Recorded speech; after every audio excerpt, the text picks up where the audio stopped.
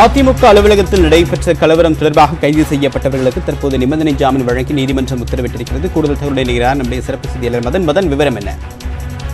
அதிமுக கட்சி தலைமை அலுவலகத்தில் கடந்த ஜூலை 1ஆம் தேதி இபிஎஸ் மற்றும் ஓபிஎஸ் ஆதரவாளர்களே ஒரு கலவரம் ஏற்பட்டது. இதில் இபிஎஸ் ஆதரவாளர்கள் 14 பேர் மீது ராயப்பேட்டை காவல் நிலையத்தில் 7 பிரிவின் கீழ் வழக்கு பதிவு செய்யப்பட்டது.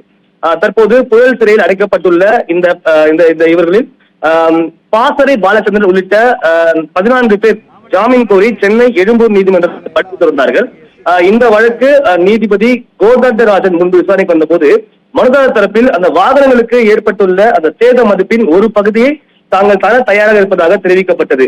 அரசு தரப்பு ஜாமீன் வழங்கினால் மீண்டும் சட்டம் ஒழுங்கு பிரச்சனை ஏற்படும் என்றும் தெரிவிக்கப்பட்டது.